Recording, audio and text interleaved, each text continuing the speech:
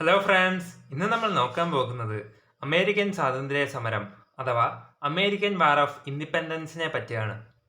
16-ാം നൂറ്റാണ്ടിന്റെ ആരംഭം മുതൽ യൂറോപ്പിൽ നിന്നും വടക്കേ അമേരിക്കയിലേക്ക് ജനങ്ങൾ കുടിയേറാൻ തുടങ്ങി. വിഭവങ്ങൾ കൈയടക്കുക എന്നതായിരുന്നു കുടിയേറ്റത്തിന്റെ പ്രധാനപ്പെട്ട ലക്ഷ്യം.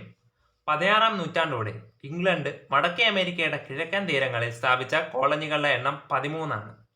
ആ 13 കോളനികളെ നോക്കിയാൽ New Hampshire, New York, Massachusetts, Rhode Island, Connecticut, Pennsylvania, New Jersey, Delaware, Virginia, Maryland, North Carolina, South Carolina, Georgia തുടങ്ങിയവയൊക്കെയാണ്.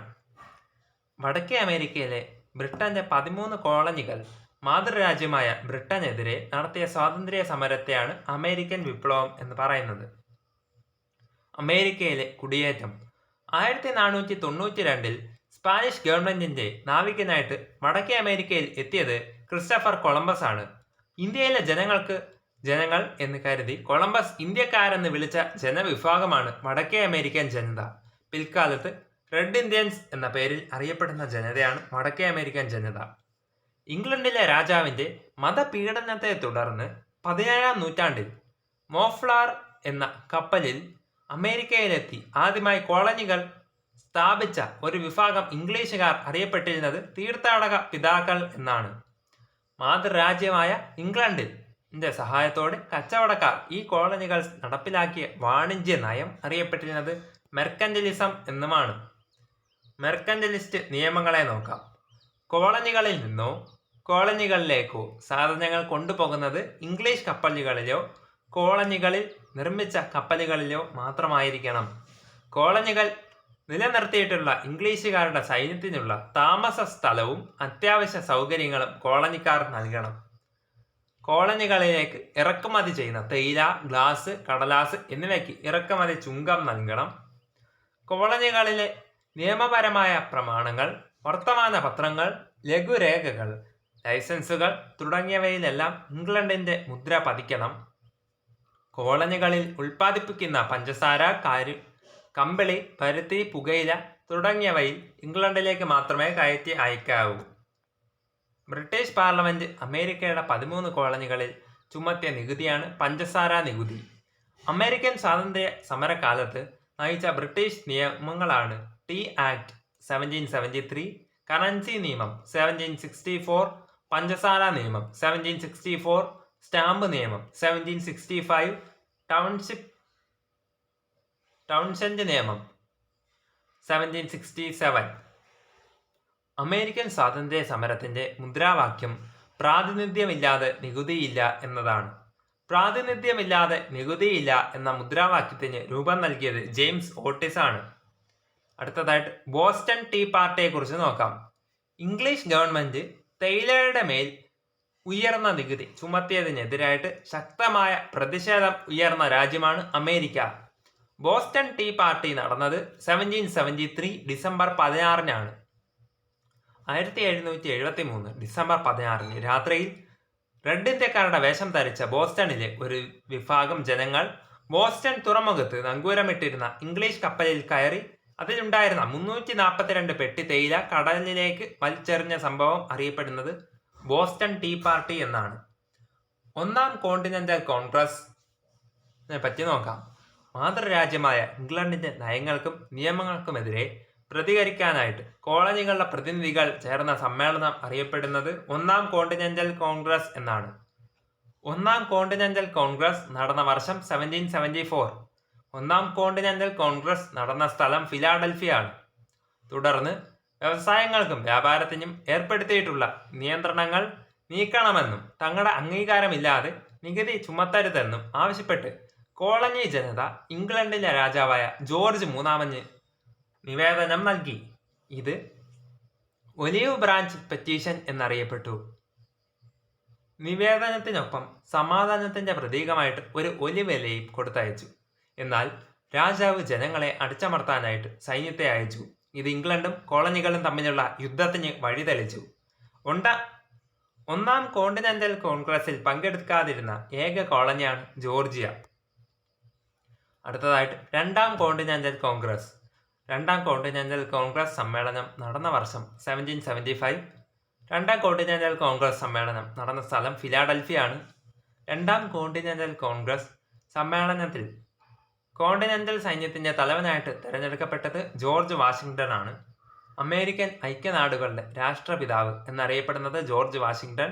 American സ്വാതന്ത്ര്യ സമരവുമായിട്ട് ബന്ധപ്പെട്ട് കോമൺ സെൻസ് എന്ന ലഘു ലേഖനം അവതരിപ്പിച്ച വ്യക്തി തോമസ് പെയിൻ ആണ്.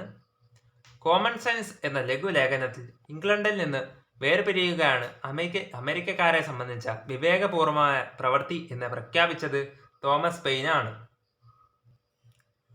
സ്വാതന്ത്ര്യത്തിലേക്ക്. മൂന്നാം അമേരിക്കൻ കോണ്ടിനെന്റൽ കോൺഗ്രസ് അമേരിക്കൻ സ്വാതന്ത്ര്യ പ്രഖ്യാപനം നടത്തിയത് 1776 ജൂലൈ 4-നാണ്. അമേരിക്കൻ സ്വാതന്ത്ര്യ പ്രഖ്യാപനം തയ്യാറാക്കിയത് തോമസ് ജെഫേഴ്സണും ബെഞ്ചമിൻ ഫ്രാങ്ക്ലിനും ചേർന്നാണ്. സ്വാതന്ത്ര്യ പ്രഖ്യാപനത്തോടെ ഇംഗ്ലണ്ടും അമേരിക്കൻ കോളനികളും തമ്മിലുള്ള ആരംഭിച്ച യുദ്ധം അവസാനിപ്പിച്ച വർഷം 1781. 1781 യോർക്ക് ടൗണിൽ വെച്ച് നടന്ന യുദ്ധത്തിൽ ബ്രിട്ടനെ പരാജയപ്പെടുത്തിയ അമേരിക്കൻ സേനാ നായകനാണ് ജോർജ് വാഷിംഗ്ടൺ. ജോർജ് വാഷിംഗ്ടണിനോട് പരാജയപ്പെട്ട ഇംഗ്ലീഷ് സേനാ നായകനാണ് ചാൾസ് കോൺവാലിസ്. ബ്രിട്ടൻ അമേരിക്കയുടെ സ്വാതന്ത്ര്യം അംഗീകരിച്ചുകൊണ്ട് ഒപ്പിട്ട ഉടമ്പടിയാണ് പാരീസ് ഉടമ്പടി. പാരീസ് ഉടമ്പടി നടന്ന വർഷം 1783. അമേരിക്കൻ ഭരണഘടന തയ്യാറാക്കുന്നതിന് നേതൃത്വം നൽകിയത് ജെയിംസ് മാഡിസൺ ആണ്. അമേരിക്കൻ ഭരണഘടനാ സമ്മേളനം ചേർന്ന സ്ഥലമാണ് ഫിലാഡൽഫിയ. അമേരിക്കൻ ഐക്യനാടുകളുടെ ആദ്യ പ്രസിഡന്റായിട്ട് തെരഞ്ഞെടുക്കപ്പെട്ടത് ജോർജ് വാഷിംഗ്ടണെയാണ്. ആദ്യത്തെ എഴുതപ്പെട്ട ഭരണഘടന തയ്യാറാക്കിയത് അമേരിക്കയിലാണ്. ലോകത്തിലെ ഏറ്റവും ചെറിയ ലിഖിത ഭരണഘടനയുള്ള രാജ്യം അമേരിക്ക. അമേരിക്കൻ ഭരണഘടന നിലവിൽ വന്ന വർഷം 1789. അമേരിക്കൻ ഐക്യനാടുകളുടെ രാഷ്ട്രപിതാവാണ് ജോർജ് വാഷിംഗ്ടൺ. അമേരിക്കൻ സ്വാതന്ത്ര്യ സമരം പിൽക്കാല ലോകത്തിൽ ചരിത്രത്തിൽ ചെലുത്തിയ സ്വാധീനങ്ങളെ നോക്കിയാൽ പിൽക്കാല സ്വാതന്ത്ര്യ സമരങ്ങൾക്കും വിപ്ലവങ്ങൾക്കും പ്രചോദനവും ലക്ഷ്യബോധവും നൽകി. റിപ്പബ്ലിക്കൻ ഭരണരീതി എന്ന ആശയം മുന്നോട്ട് വച്ചു. സംസ്ഥാനങ്ങൾക്ക് സ്വാതന്ത്ര്യവും അധികാരവും നൽകുന്ന ഫെഡറൽ രാഷ്ട്രം എന്ന ആശയം ലോകത്തിന് നൽകി. ലിഖിത ഭരണഘടനയ്ക്ക് തുടക്കമിട്ടു. അമേരിക്കൻ പ്രസിഡന്റുമാർ. അമേരിക്കയുടെ ആദ്യ പ്രസിഡന്റാണ് ജോർജ് വാഷിംഗ്ടൺ. അമേരിക്കയുടെ രണ്ടാം പ്രസിഡന്റ് ജോൺ ആഡംസ്. മൂന്നാം പ്രസിഡന്റ് തോമസ് ജെഫേഴ്സൺ. അമേരിക്കയുടെ ആദ്യ വൈസ് പ്രസിഡന്റാണ് ജോൺ ആദംസ്. ഏറ്റവും പ്രായം കുറഞ്ഞ അമേരിക്കൻ പ്രസിഡന്റ് തിയോഡർ റൂസ്വെൽറ്റ് ആണ്. ഏറ്റവും കൂടുതൽ കാലം അമേരിക്കൻ പ്രസിഡന്റായിരുന്ന വ്യക്തി ഫ്രാങ്ക്ലിൻ ഡി റൂസ്വെൽറ്റ്. പദവിയിൽ ഇരിക്കെ അന്തരിച്ച ആദ്യ American president William Henry Harrison ആണ്. അധികാരത്തിലിരിക്കെ വധിക്കപ്പെട്ട അമേരിക്കൻ പ്രസിഡന്റാണ് എബ്രഹാം ലിങ്കണും ജെയിംസ് ഗാർഫീൽഡ് ഒക്കെ. William McKinley, John F Kennedy തുടങ്ങിയവരും.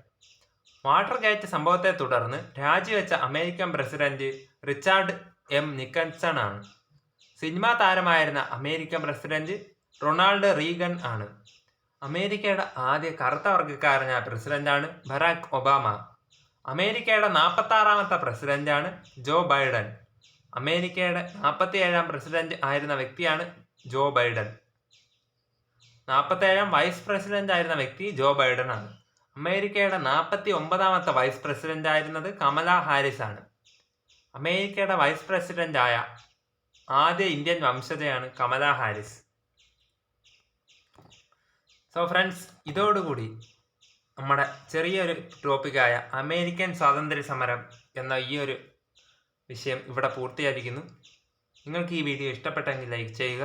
ഇതുവരെ ചാനൽ സബ്സ്ക്രൈബ് ചെയ്തിട്ടില്ലെങ്കിൽ ഇപ്പോൾ തന്നെ സബ്സ്ക്രൈബ് ചെയ്ത് ബെൽ ബട്ടൺ കൂടി ഓൺ ചെയ്ത് തുടർന്നുള്ള വീഡിയോസിനായിട്ട് കാത്തിരിക്കുക. ഏവർക്കും നന്ദി, നമസ്കാരം.